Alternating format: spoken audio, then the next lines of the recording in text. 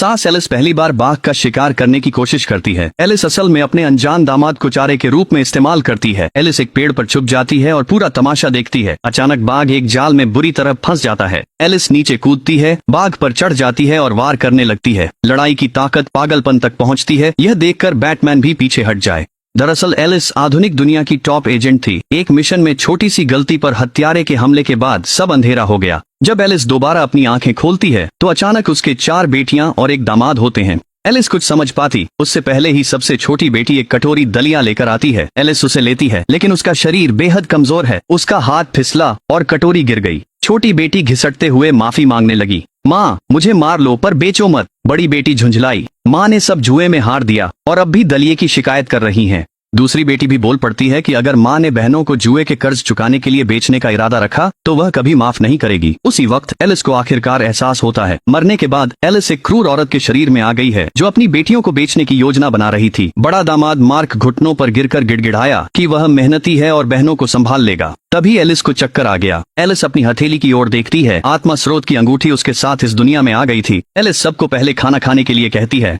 फिर एलिस अपनी सेहत के लिए आत्मा स्रोत का पानी कटोरे में बनाती है। पीते ही उसके पेट में मरोड़ उठी और एलिस भागकर शौचालय गई। जब एलिस वापस आती है बच्चे पहले ही खाना खा चुके होते हैं। उन्होंने उसके लिए सिर्फ एक घूंट सादा चावल का सूप छोड़ा है। सबसे बड़ी बेटी कहती है कि जुए की वजह से घर में अब कोई खाना नहीं बचा है। वह अपनी माँ को चेतावनी देती है कि अगर माँ ने बहनों को फिर छुआ तो वह अब शिष्टाचार नहीं दिखाएगी। एलिस जानती है कि उनका नजरिया बदलने में समय लगेगा। इसी समय गांव का गुंडा जैक अपने साथियों के साथ कर्ज वसूलने आ जाता है। वे बेटियों को घसीट कर ले जाने और उन्हें वेश्यालय में बेचने की योजना बनाते हैं। मूल महिला ने जुए में उनसे $300 उधार लिए थे। वह खुद तो बेकार है, लेकिन बेटियां पैसे की कीमत रखती हैं। सबसे बड़ी बेटी झाड़ू घुमाकर उन्हें भगाने की कोशिश करती है, लेकिन एक छोटी लड़की बड़े आदमियों से नहीं लड़ सकती। जैक उसे जल्दी से जमीन पर धक्का दे देता है। जैसे ही जैक सबसे बड़ी बेटी पर हाथ डालने वाला होता है, अचानक एक कटोरी चावल का सूप उड़ती हुई आती है और जैक के चेहरे पर जा लगती है। जैक गुस्से में कटोरी सबसे बड़ी बेटी पर फेंकता है। एलिस समय रहते बीच में आ जाती है। एक घूंसे में गुंडे के सुनहरे दांत बाहर उड़ जाते हैं। जैक आपा खोकर अपने गुंडों को हमला करने को कहता है।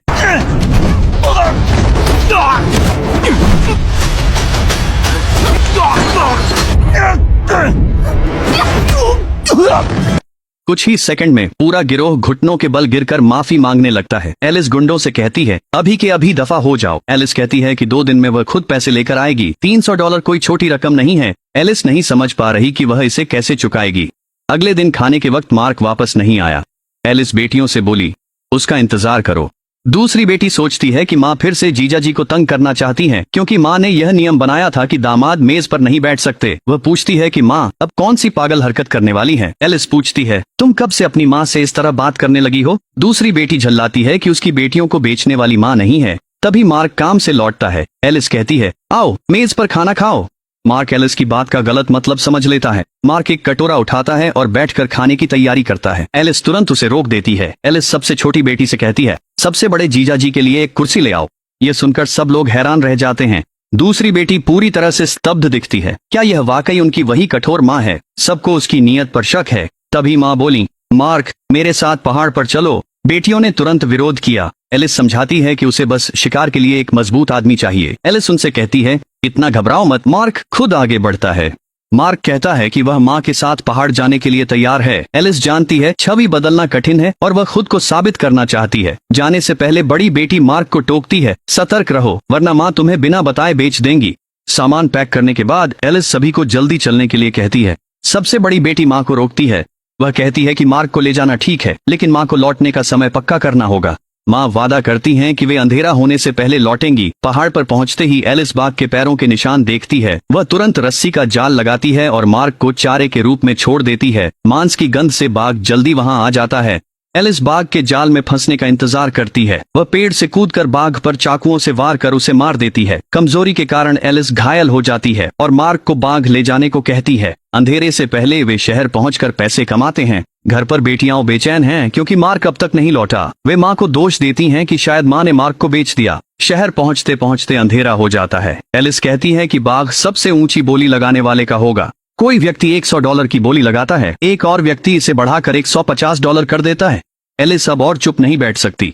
वह कहती है कि बेचने वाले ने तो अभी तक यह भी नहीं कहा कि वह बेचना चाहती है। वह तुरंत $300 की कीमत बोल देती है। सभी लोग कहते हैं कि यह कीमत पागलपन है और एलिस से कहते हैं कि वह किसी को लूट ले। एलिस उनके साथ मोल भाव करने से इनकार कर देती है। वह फिर से कीमत बढ़ाकर $350 कर देती है। यह देखकर कि मालिक खरीदने के लिए गंभीर नहीं है, वह मार्क से कहती है कि बाघ को उठाओ और चलो, लेकिन मालिक मुड़ता है और देखता है कि जैक इस ओर आ रहा है। वह तुरंत सीधा खड़ा हो जाता है और जबरदस्ती छीनने की तैयारी करता है। एलिस थोड़ी चिंतित हो जाती है। इस समय उसकी चोटें काफी गंभीर हैं। वो फिर नहीं लड़ सकती, तो वो मार्क से पूछती है कि क्या उसे लड़ना आता है। लड़ाई की बात सुनकर मार्क डर के मारे कांपने लगता है। एलिस कहती है, बस वही करना जो मैं कहूँ। मार्क घबराकर कहता है कि उसे लड़ना नहीं आता। एलिस कहती है कि अगर वह बोलेगा तो घर जाकर उसकी पत्नी को बेच देगी। सास से यह सुनकर मार्क मान जाता है और लड़ाई की तैयारी करता है।